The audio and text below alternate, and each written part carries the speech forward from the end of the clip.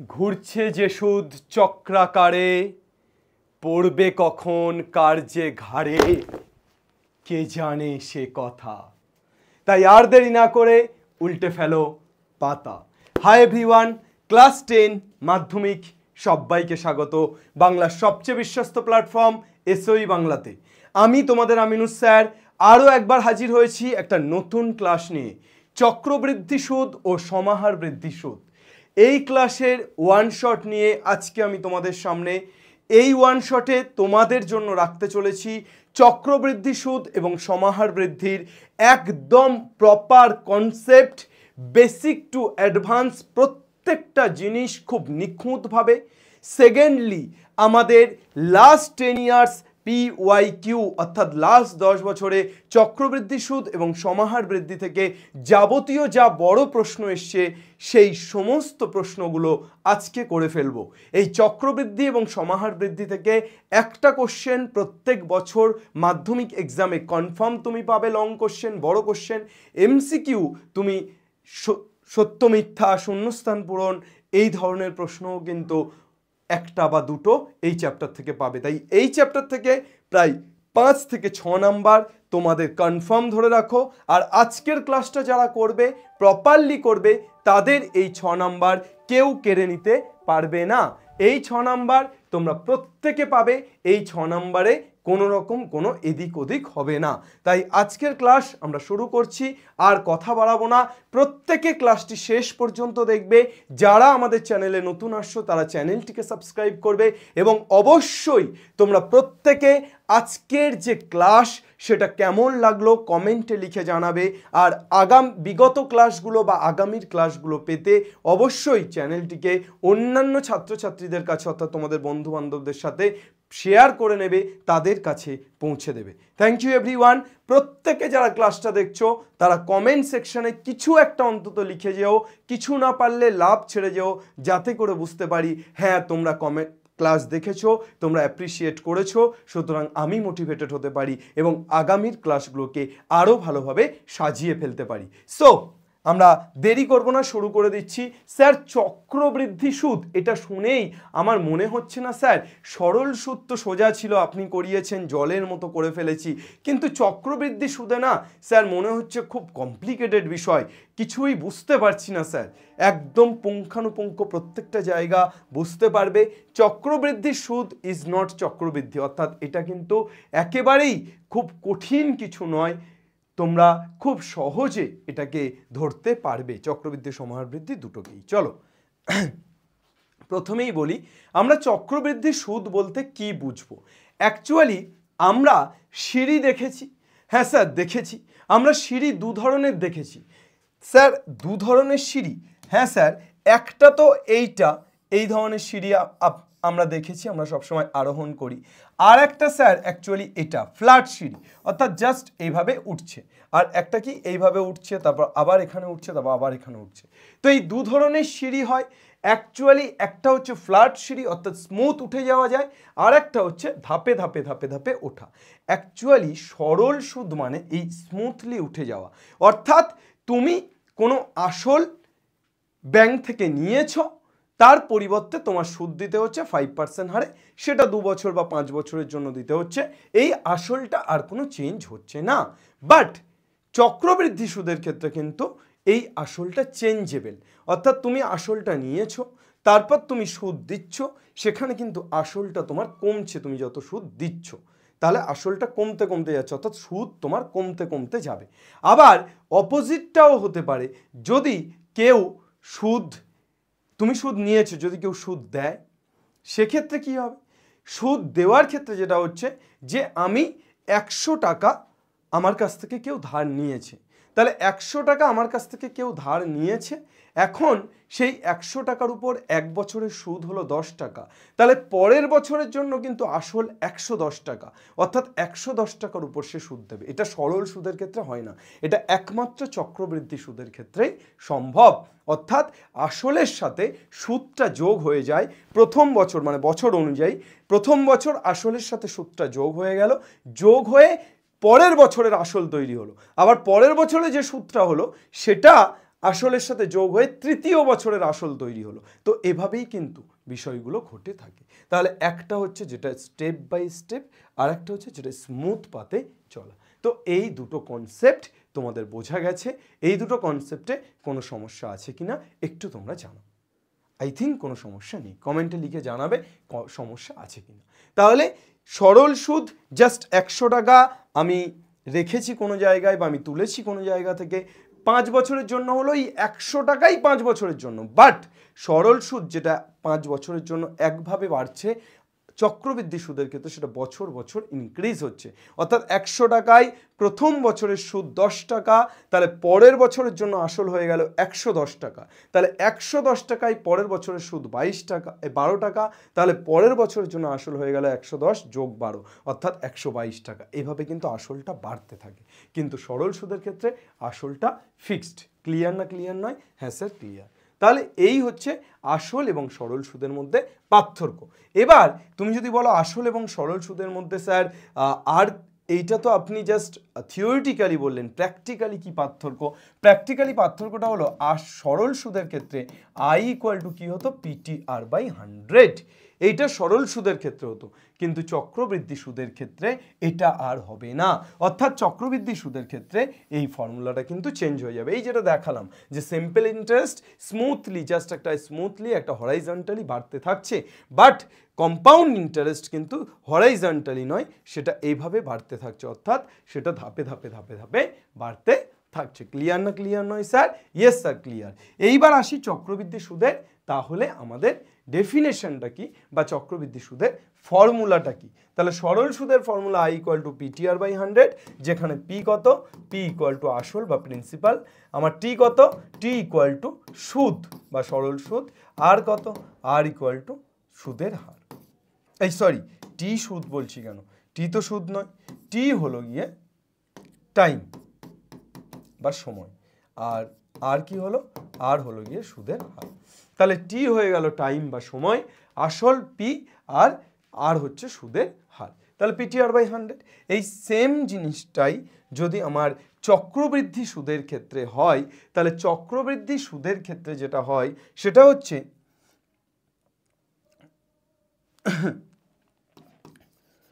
সমূল চক্রবৃদ্ধি, অর্থাৎ সুদ প্লাস আসল। তাহলে আসল কত,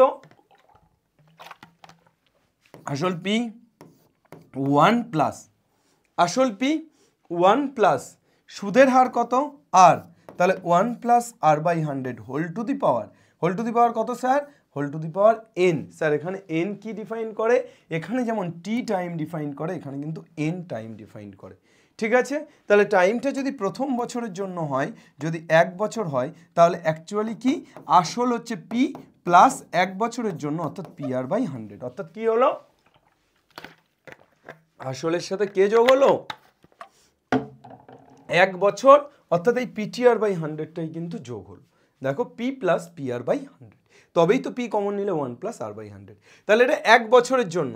স্যার 2 বছরের জন্য হলে এটা কি হতো, 2 বছরের জন্য হতো P প্লাস PR/100, তারপর এটার উপর আবার এইটা আসল হয়ে যেত, এটার উপর আবার 1 বছর, তার মানে কিন্তু P প্লাস PR/100 তার কি হয়ে যেত, তার হোল স্কোয়ার। সরি, পিটা তো বাইরে চলে আসবে, অ্যাকচুয়ালি এমনটা হতো P ইন্টু 1 প্লাস R/100 তার হোল স্কোয়ার। এটা ক্যালকুলেশন করলে তুমি দেখতে পেতে। ক্যালকুলেশন কি করে করতে, তোমার তখন আসলটাকে P প্লাস PR/100 ধরে তারপরে 1 বছরের সুদটাকে বের করতে হতো, তবে এটা পেতে। তো আমি জাস্ট ইজিলি এত কিছু মনে না রেখে আমি যেটা মনে রাখবো সেটা হচ্ছে চক্রবৃদ্ধি সুদের ফর্মুলা। এত ডেরিভেশন মনে রাখার আমার দরকার নেই। প্রথম হচ্ছে সমূল চক্রবৃদ্ধি। সমূল চক্রবৃদ্ধি মানে সুদ, চক্রবৃদ্ধি সুদ প্লাস আসল, সমূল অর্থাৎ মূলধন প্লাস চক্রবৃদ্ধি সুদ। তাহলে মূলধন এবং চক্রবৃদ্ধি সুদ মিলিয়ে কত হবে, P into 1 plus R/100 whole to the power n হবে, যেখানে P ইকুয়াল টু কত, যেখানে P ইকুয়াল টু আসল। শুধু এটুকুই তুমি মনে রাখবে, আর কিছু খুব একটা মনে রাখার দরকার নেই। R ইকুয়াল টু কত, R ইকুয়াল টু সুদের হার। স্যার n ইকুয়াল টু কত, স্যার n ইকুয়াল টু সময়। স্যার এই তিনটে জিনিস মনে রাখতে পারবো স্যার? হ্যাঁ স্যার এই তিনটে জিনিস মনে রাখতে পারবো। এবার ডেরিভেশনটা কিভাবে আসে সেটা যদি তোমরা একান্তই দেখতে চাও তোমাদের বইয়ে করা আছে। আমি যেটা বললাম এক্স্যাক্টলি যে প্রথম বছর তাহলে P plus P R by 100, দ্বিতীয় বছর তাহলে এই P plus P R by 100টাকে আসল ধরে তারপর সুদ বের করতে হবে। মানে ক্যালকুলেশনটা একটু জটিল, কিন্তু আলটিমেট এই ফরমেশনটা আসবে। তাহলে এই ফরমেশনটা মনে রাখলেই হবে। এটা গেল সমূল চক্রবৃদ্ধি, অর্থাৎ চক্রবৃদ্ধি সুদ প্লাস মূলধন বা আসল। যদি শুধু চক্রবৃদ্ধি সুদ হয় তাহলে কি হবে? শুধু চক্রবৃদ্ধি সুদ স্যার, তাহলে শুধু চক্রবৃদ্ধি সুদ হলে আচ্ছা, তাহলে সমূল চক্রবৃদ্ধি হলো P into 1 plus R by 100 তার whole to the power n. এটা কি হলো? এটা সমূল চক্রবৃদ্ধি। সমূল চক্রবৃদ্ধি স্যার, সমূল চক্রবৃদ্ধি এটা। তাহলে স্যার চক্রবৃদ্ধি সুদ কি? তাহলে চক্রবৃদ্ধি সুদ হলো চক্রবৃদ্ধি সুদ। চক্রবৃদ্ধি সুদ হলো P into 1 plus R by 100 whole to the power n minus P. P into 1 plus R by 100 whole to the power n minus P. অর্থাৎ সমূল চক্রবৃদ্ধি সুদ যোগ আসল থেকে কি বাদ দিচ্ছি? আসল বাদ দিচ্ছি। চক্রবৃদ্ধি সুদ যোগ আসল থেকে আসল বাদ দিচ্ছি। তাহলে পি কমন নিয়ে নিলে এটা পুরো থাকবে 1 plus R by 100 whole to the power n minus 1। Okay sir, এটাই চক্রবৃদ্ধি সুদ। Yes or no? এই ফর্মুলাটা জানলেই এই চ্যাপ্টারের যে কোনো অঙ্ককে তুমি আগুন লাগিয়ে আসতে পারবে। এই ফর্মুলাটুকুই জানতে হবে। আর একটা ফর্মুলা আমি নোট আকারে আছে, সেটা পরে বলছি। এই যে বার্ষিক 8% সুদের হারে অর্জিত সুদ বছরে চক্রবৃদ্ধি সুদের পর্ব যদি 2 হয় তাহলে এন বছরে সমূল চক্রবৃদ্ধি হবে P into 1 plus R by 2 by 100 whole to the power 2n। মানে এটা এখানে অ্যাকচুয়ালি হচ্ছে সুদের পর্বের উপর ডিপেন্ড করছে যে বছরে কবার সুদ দিতে হয়। তো সুদের পর্ব যদি 2 না হয়ে সুদের পর্ব টি হলে আমরা কি লিখতে পারতাম? সমূল চক্রবৃদ্ধি P into 1 plus R by T টোটালটা by 100 whole to the power 2t। Yes or no sir? Sir yes sir. বছর সুদের পর্ব 2 হলে এন বছরে, তাহলে এখানে হচ্ছে সুদের পর্ব 2 এর জায়গায় তো টি ধরেছি, তাহলে এখানে এন টি। ক্লিয়ার না ক্লিয়ার নয় স্যার? হ্যাঁ স্যার ক্লিয়ার। সুদের পর্ব অর্থাৎ আমি যদি বছরে 2 বার সুদ দিই তাহলে সেক্ষেত্রে এখানে একটা বাই 2 আর এখানে একটা 2 গুণ, পুরো সূত্রটার সাথে আর এর নিচে 2 ভাগ আর উপরে 2 গুণ। যদি সুদের পর্ব 3 হতো আর বাই 3, এখানে কি হতো 3n। সুদের পর্ব 4 হলে আর বাই 4, এখানে হতো 4n। ওকে স্যার, তাহলে সুদের পর্ব টি হলে আর বাই টি উপরে N T. Sir is that clear or not sir? Sir clear sir. Sir বোঝা গেছে কি না? হ্যাঁ বোঝা গেছে স্যার। সুদের পর্ব তো স্যার, তাহলে যদি সুদের পর্ব না বলে যদি বলতো যে 4 মাস অন্তর দেয়, 4 মাস অন্তর দেয় এই শর্তে, তাহলে স্যার 4 মাস অন্তর দেয়। ও স্যার আপনি আমাকে বোকা ভাবছেন? 4 মাস অন্তর দেয় মানে সে তো বছরে 3 বার দেয়। স্যার কেন, কি করে? আরে ভাই 4 মাস অন্তর, তাহলে 3 4 12। 4 মাস অন্তর যদি আমি দিই, জানুয়ারি ফেব্রুয়ারি মার্চ এপ্রিল, এপ্রিলের পর একবার, তারপর আবার 4 মাস পর একবার, তারপর আবার 4 মাস পর একবার, তাহলে তো 12 মাসই 1 বছর। তাহলে 12 মাসের মধ্যে 4 মাস পর পর দিলে সুদের পর্বটা কত হয়ে গেল? 3 হয়ে গেল না? স্যার যদি 3 মাস পর পর দিত তাহলে স্যার সুদের পর্ব কত হতো? স্যার সুদের পর্ব হয়ে যেত 4। স্যার যদি 2 মাস পর পর দিত তাহলে সুদের পর্ব কত হতো স্যার? 6। স্যার বোঝা যাচ্ছে স্যার? 1 মাস পর পর দিলে সুদের পর্ব হতো 12। স্যার বোঝা যাচ্ছে? তাহলে সুদের পর্ব যা হবে আর বাই সেটা whole to the power N into সেটা। Clear sir? বোঝা যাচ্ছে স্যার? এটা কিন্তু সমূল চক্রবৃদ্ধি, নট চক্রবৃদ্ধি। চক্রবৃদ্ধি বললে এর থেকে আসল বিয়োগ করতে হবে, সমূল চক্রবৃদ্ধি বললে এটা। ক্লিয়ার না ক্লিয়ার নয়? একদম ক্লিয়ার স্যার। এইবার চক্রবৃদ্ধি সুদ সমাহার বৃদ্ধি থেকে বিগত 10 বছরের বিভিন্ন প্রশ্নগুলো একটু আলোচনা করে দিন। ফর্মুলা তো শিখে গেলাম স্যার, এই ফর্মুলাটা কিভাবে অ্যাপ্লাই করতে হবে একটু দেখিয়ে দিন। দেখো এই চ্যাপ্টারে ক্যালকুলেশন ছাড়া সত্যি কথা বলতে আর কিচ্ছু নেই, একটাই ফর্মুলা, আর কিচ্ছু নেই। ক্যালকুলেশনটাই একটু ভালো করে দেখতে হবে, তাছাড়া এই চ্যাপ্টারে সত্যি বলছি আর কিচ্ছু নেই। দেখো প্রথম পেজ, তোমরা যদি চক্রবৃদ্ধি সুদ সমাহার বৃদ্ধি নিজেদের বই খোলো, সেখানে দেখতে পাবে যে ফার্স্ট পেজ, এটা জ্বলে যাচ্ছে না, ফার্স্ট পেজ হয়ে গেল, তারপর বেসিক্যালি এক্সাম্পল শুরু হয়ে গেল, প্রয়োগ শুরু হয়ে গেল। এই একটাই পেজ, এটুকুই জাস্ট তোমার কনসেপ্ট। এই কনসেপ্টের মধ্যে কিছুই তেমন নেই, এইটুকুই যেটুকু আমি বললাম, এর বাইরে আর কিছু জানতে হবে না। স্যার চলুন স্যার অঙ্ক করি। হ্যাঁ চলো অঙ্ক করি। এক ব্যক্তির ওজন 80 কেজি, কোন সাল? 2015 সাল। ব্যক্তিটির ওজন ক কেজি? 80 কেজি। 2015 সালে তাহলে ব্যক্তিটির ওজন ছিল 80 কেজি। আচ্ছা, এক ব্যক্তির ওজন 80 কেজি, ওজন কমানোর জন্য তিনি নিয়মিত প্রাতঃভ্রমণ করেন। ভালো করে ল্যাঙ্গুয়েজটা পড়ো। অনেকে বলে যে ম্যাথামেটিক্সে ল্যাঙ্গুয়েজের কি দরকার। সত্যি বলতে ম্যাথামেটিক্সে ল্যাঙ্গুয়েজের প্রচুর দরকার। আমি বিশ্বাস করি যে মানুষ সাহিত্য জানে না সে মানুষ ম্যাথ জানে না। মানিক বন্দ্যোপাধ্যায়ের নাম তোমরা শুনেছো। মানিক বন্দ্যোপাধ্যায় একটা প্রচণ্ড বড় সাহিত্যিক। তোমরা মানিক বন্দ্যোপাধ্যায়ের লেখাও পড়েছো, নদের চাঁদ পড়েছো, নদীর বিদ্রোহ। তাহলে সেই জায়গায় মানিক বন্দ্যোপাধ্যায় একটা প্রচণ্ড মাপের সাহিত্যিক। কিন্তু তোমরা কি জানো মানিক বন্দ্যোপাধ্যায়ের জীবনীতে বা মানিক বন্দ্যোপাধ্যায় কে ছিলেন? মানিক বন্দ্যোপাধ্যায় কিন্তু একজন ম্যাথামেটিক্সের স্টুডেন্ট ছিলেন। তাই অনেকে ভাবে আমরা তো সায়েন্সের স্টুডেন্ট বা আমাদের সায়েন্স ভালো লাগে, আমরা বাংলা পড়বো না। বাংলা কিন্তু তোমাকে পড়তে হবে বস। তার কারণ সায়েন্স ভালো লাগে বলে বাংলা ছেড়ে দিলে হবে না। এই কারণে হবে না যে সায়েন্সেও বাংলা লাগে, ভীষণভাবে লাগে। মাতৃভাষা প্রত্যেকটা জায়গাতেই প্রয়োজনীয়, ঠিক আছে? সেটা বাংলা হোক, ইংলিশ হোক, আরবি হোক, ফার্সি হোক, উর্দু হোক, বা কোনো তামিলনাড়ু ভাষা হোক, বা হিন্দি হোক, যাই হোক না কেন এটা প্রয়োজনীয়। মাতৃভাষা সব জায়গাতেই কাজে লাগে, ঠিক আছে? তো বাংলাটা তোমরা খুব ভালো করে বোঝো। প্রাতঃভ্রমণ, এই প্রাতঃভ্রমণের মানে হলো, প্রাতঃভ্রমণের মানে কি, যে সকালবেলা উঠে হাঁটতে যাওয়া, অর্থাৎ সকালে উঠে যারা মর্নিং ওয়ার্কে বেরোয়, যেটা আমরা ইংলিশে বললে খুব সহজ মর্নিং ওয়ার্ক, আমরা সবাই জানি, কিন্তু বাংলাতে বললে সেটাকে বলা হয় প্রাতঃভ্রমণ। তাহলে এই প্রাতঃভ্রমণ করতে লাগলেন। এবার তিনি ঠিক করলেন প্রতি বছরের প্রারম্ভে যা ওজন থাকবে তার 5% হ্রাস করবে।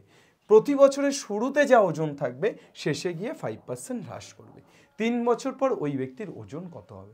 তাহলে নিশ্চয়ই তুমি বুঝতে পারছো চক্রবৃদ্ধি হারে, তার কারণ প্রতি বছরই কমছে, কমার পর আবার তার থেকে কমছে, এটাই তো হচ্ছে। তাহলে একদম এই 80 কেজি থেকে তো ব্যাপারটা হয়ে যাচ্ছে না।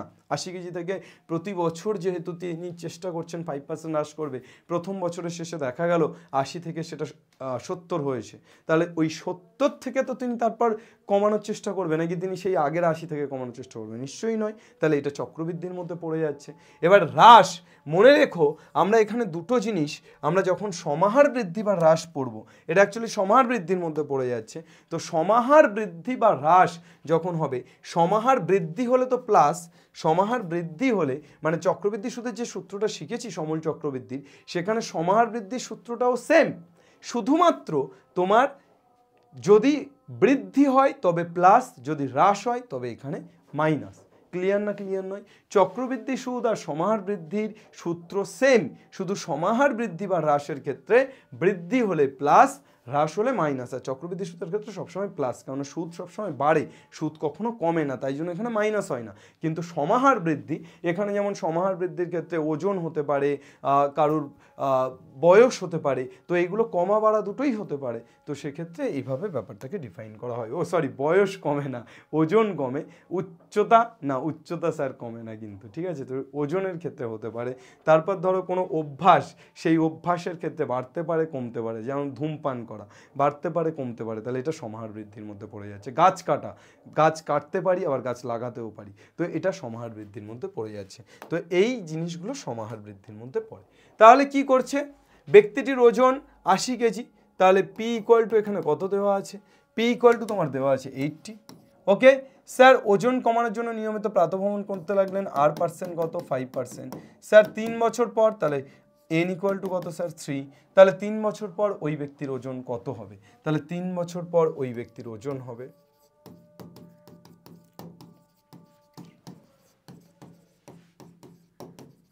কি হবে বলো? P into 1 minus R by 100 whole to the power n. অর্থাৎ পেয়ে যাচ্ছি পি মানে 80, 1 মাইনাস আর বাই 100 মানে 5/100 whole to the power 3। 80, 100 minus 5, 95/100 whole to the power cube. 95/100 মানে কত? কত হবে? 19/20। তাহলে 19/20 কবার?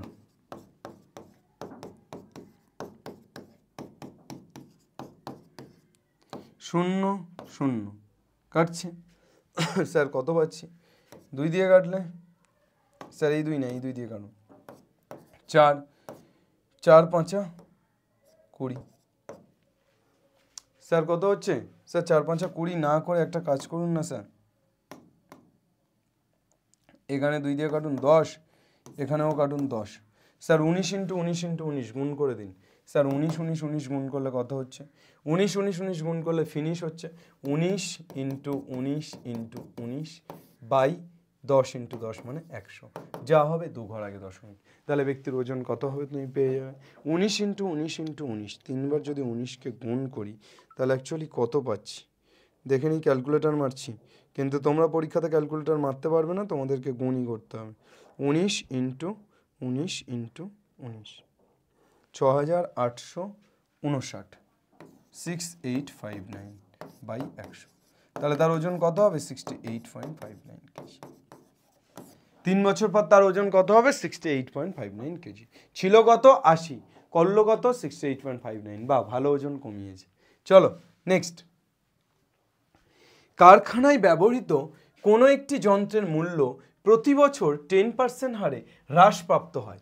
3 বছর পর যন্ত্রটির মূল্য যদি এত হয় তাহলে যন্ত্রটির বর্তমান মূল্য কত? তাহলে আমি ধরে নেব, ধরি যন্ত্রটির বর্তমান মূল্য কত এক্স, ধরি যন্ত্রটির বর্তমান মূল্য এক্স, প্রতি বছর 10% হারে হ্রাস পাচ্ছে, তাহলে 3 বছর পর যন্ত্রটির মূল্য, তাহলে হ্রাসের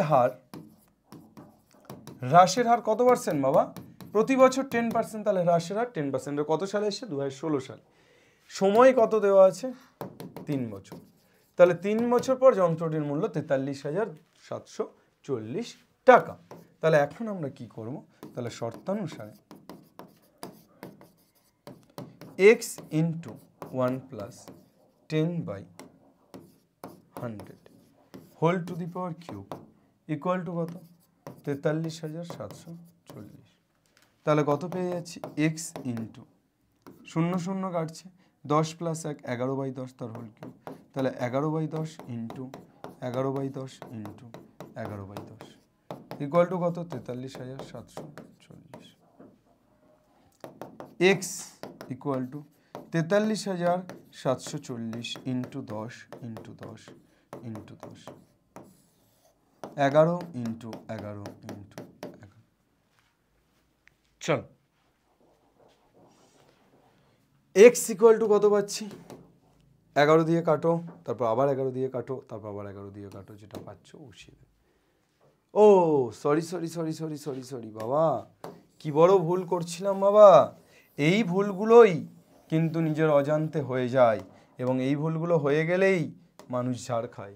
এখানে অ্যাকচুয়ালি তোমার প্লাসই হবে না, এখানে তো মাইনাস হবে। স্যার কেন মাইনাস হবে?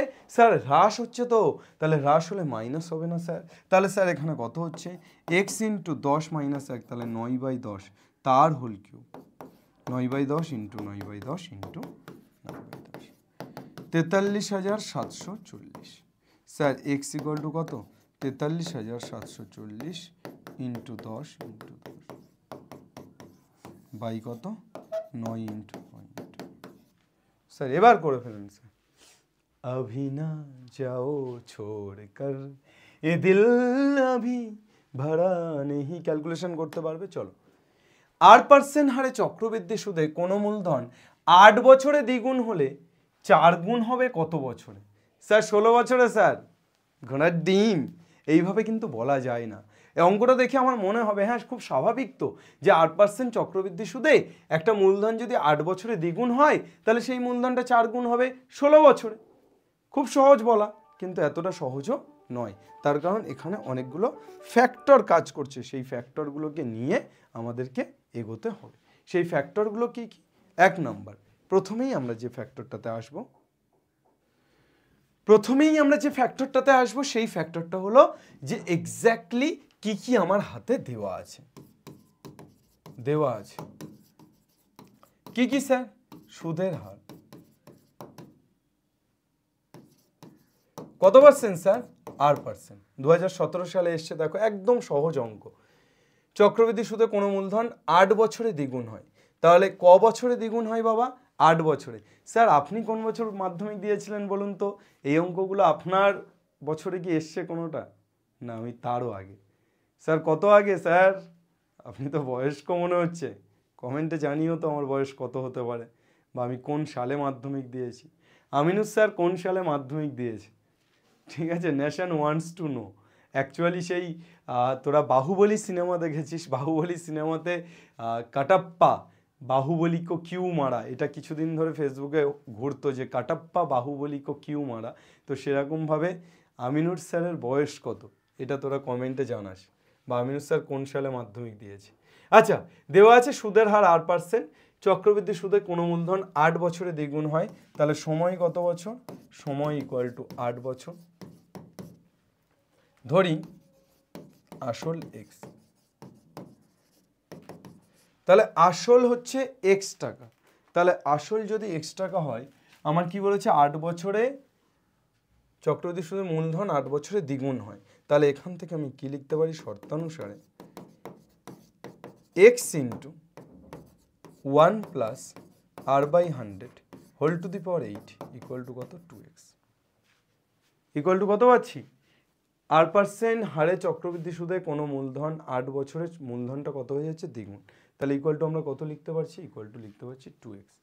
তাহলে ওই মূলধন 4 গুণ হবে কত বছরে সেটা আমাকে বের করতে হবে, অর্থাৎ 4x হবে কত বছরে সেটা আমাকে বের করতে হবে। তাহলে আমাকে অ্যাকচুয়ালি n বের করতে হবে। আমাকে কি বের করতে হবে? আমাকে nটা বের করতে হবে। তাহলে x into 1 plus R by 100 তার whole to the power 8 equal to 2x। তাহলে এখান থেকে আমরা কি লিখতে পারি? এখান থেকে আমরা যেটা লিখতে পারি সেটা হলো 1 plus R by 100 equal to 2x by x মানে কাটলে 2, আর 8টা উপরে গেলে 2 টু দি পাওয়ার 1 বাই 8। তাহলে 1 plus R by 100 equal to কত পেলাম? 2 টু দি পাওয়ার 1 বাই 8।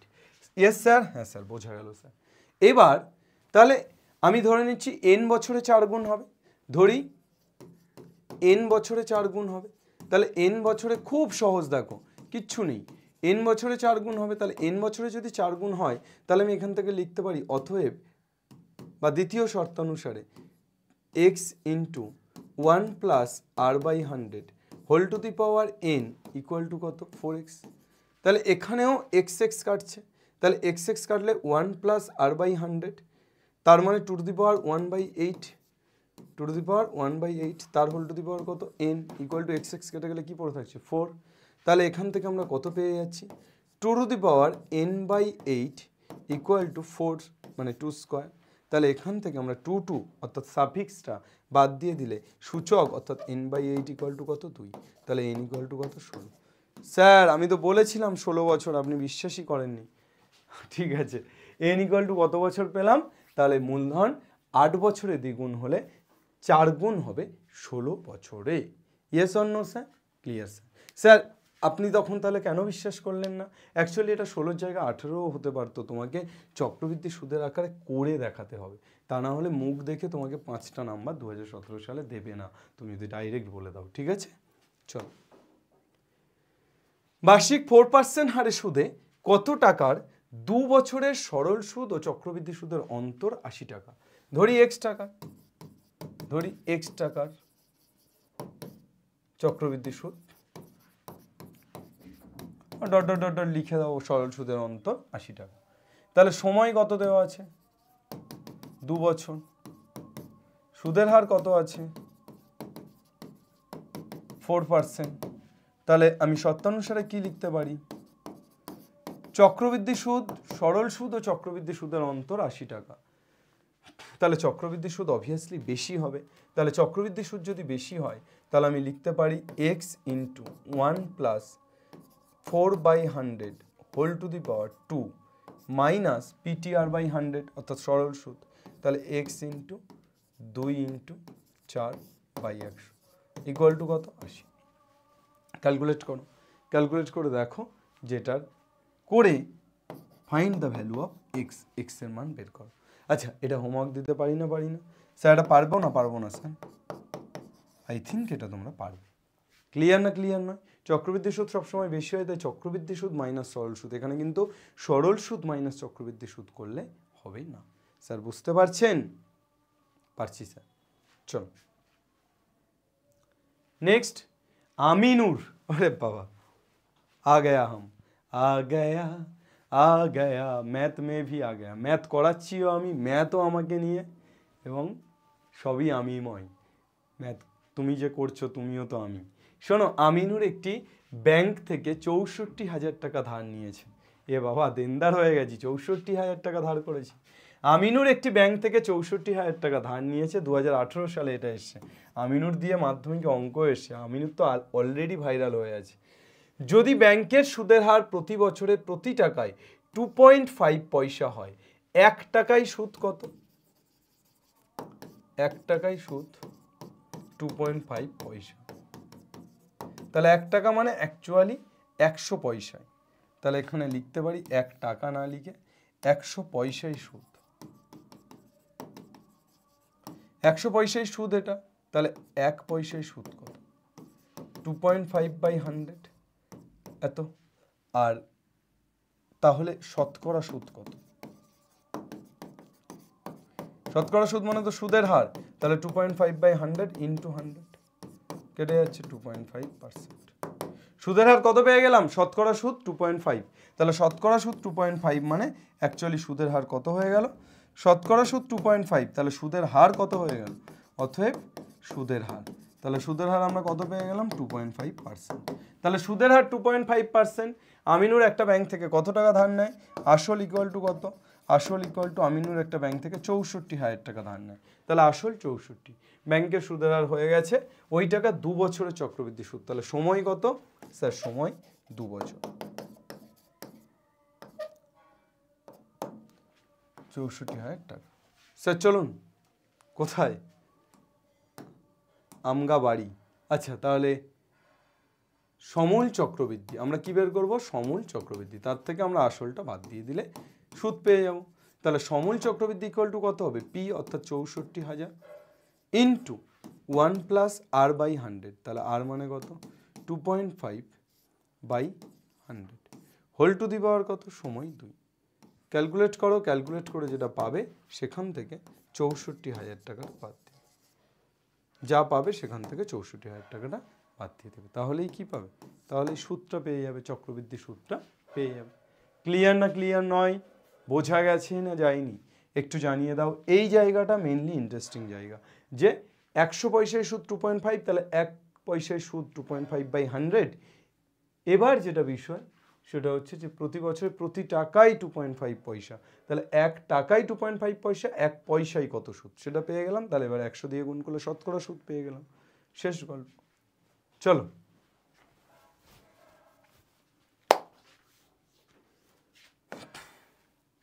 সত্য মিথ্যা বার্ষিক 10% হারে 100 টাকার 1 বছরের সরল সুদ ও চক্রবৃদ্ধি সুদের পার্থক্য 1 টাকা তাহলে সুদের হার কত পার্সেন্ট বাবা সুদের হার সত্য মিথ্যাতে তো দিয়েছে সুদের হার ইকুয়াল টু 10% সত্য মিথ্যাতে দিয়েছে এত কিছু লেখার দরকার নেই আসল কত আসল 100 সময় কত 1 বছর তাহলে তুমি একবার কি বের করবে সমূল চক্রবৃদ্ধি তাহলে আসল হচ্ছে 100 ইন্টু 1 প্লাস 10/100 তার whole to the power 1 minus 100 তাহলে এটা চক্রবৃদ্ধি সুদ এটা কি চক্রবৃদ্ধি সুদ আর কি সরল সুদ কত সরল সুদ ইকুয়াল টু কি হবে সরল সুদ ইকুয়াল টু হবে PTR/100 তাহলে 100 into 10 into 1/100 is that clear or not হ্যাঁ স্যার ক্লিয়ার চলো নেক্সট যদি 6 মাস অন্তর সুদ আসলের সঙ্গে যুক্ত হয় 6 মাস অন্তর সুদ আসলের সঙ্গে যুক্ত হয় তাহলে বার্ষিক 10% চক্রবৃদ্ধি হারে সুদে 8,000 টাকার 1.5 বছরের সমূল চক্রবৃদ্ধি ও চক্রবৃদ্ধি সুদ কত হবে 8,000 টাকার ক বছরে 1.5 বছরে চলো কত মাস অন্তর সুদ দেয় সুদ আসলের সাথে যুক্ত হয় 6 মাস অন্তর তাহলে এখানে আমি ধরে নিচ্ছি তো আসল কত দেওয়া আছে আসল ইকুয়াল টু 8,000 টাকা সময় কত দেওয়া আছে 1.5 বছর 1.5 বছর মানে 3/2 বছর সময় দেওয়া আছে 3/2 বছর আসল দেওয়া আছে 8,000 টাকা ক মাস অন্তর সুদ দেয় বাবা 6 মাস অন্তর সুদ দেয় তাহলে সুদের পর্ব কত 6 মাস। 6 মাস মানে সুদের পর্ব হচ্ছে 6 মাস অন্তর দেয়, তাহলে সুদের পর্ব হচ্ছে 2। ওকে, আর কি সময় হয়েছে, আসল হয়েছে, সুদের হার কত? সুদের হার ইকুয়াল টু 10%। কোন সালে এসছে? 2019 সালে। তাহলে স্যার কি বের করব? সমূল চক্রবৃদ্ধি। স্যার সমূল চক্রবৃদ্ধির সূত্র কি sir? P into 1 plus R by, R মানে কত? সুদের হার 10, বাই কত? সুদের পর্ব, তাহলে 2 বাই 100 হোল টু দি পাওয়ার, তাহলে কত? সুদের পর্ব 2 আর সময় 3/2। 2 আর 3/2, 2 আর 2 কাটছে, 8000 into 1 plus 5/100 whole to the power কত? Cube. 8000 105/100 into 105/100 into 105। Is that clear or not? Sir clear sir, বোঝা গেছে স্যার? একদম স্যার, ক্যালকুলেট করতে পারবো স্যার, এটুকুই তো আপনার কাজ স্যার। সরি, আমার না, তোমাদের কাজ। তোমার কাকার কারখানায় একটি মেশিনের মূল্য প্রতি বছর 10% হারে হ্রাসপ্রাপ্ত হয়। মেশিনটির বর্তমান মূল্য 6000 টাকা হলে 3 বছর পর ওই মেশিনের মূল্য কত হবে? কি হবে? একদম সিম্পল, আমি আর বেশি কিছু লিখছি না, তোমরা লিখে লিখে করবে। 6000 into 1 minus 10/100 whole to the power কত? 3 বছর, তাহলে 3। স্যার বের করতে পারবো স্যার? Yes sir. ধূমপান বিরোধী প্রচার অভিযানের ফলে প্রতি বছর ধূমপায়ীর সংখ্যা 6.1/4% হারে হ্রাস পায়। এটা কি সত্যি? না, সমীক্ষা বলছে এটা মিথ্যা। ঠিক আছে, ধূমপায়ীর সংখ্যা বাড়ছে, কমছে তো না। বর্তমানে কোনো শহরে 22,500 জন ধূমপায়ী থাকলে 2 বছর আগে ওই শহরে কত ধূমপায়ী ছিল? ধরে নাও 2 বছর আগে ধূমপায়ী ছিল এক্স, তাহলে কমছে কত পার্সেন্ট হারে? 6.1/4% হারে। তাহলে এক্স ইন্টু 2 বছরে কত কমেছে? এক্স ইন্টু,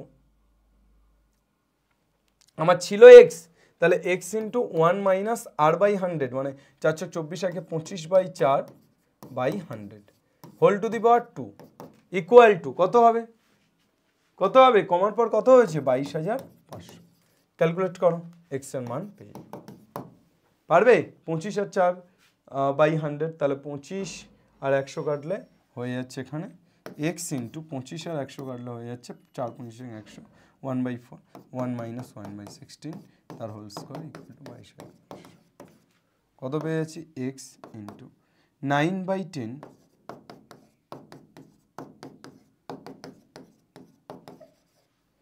x কত?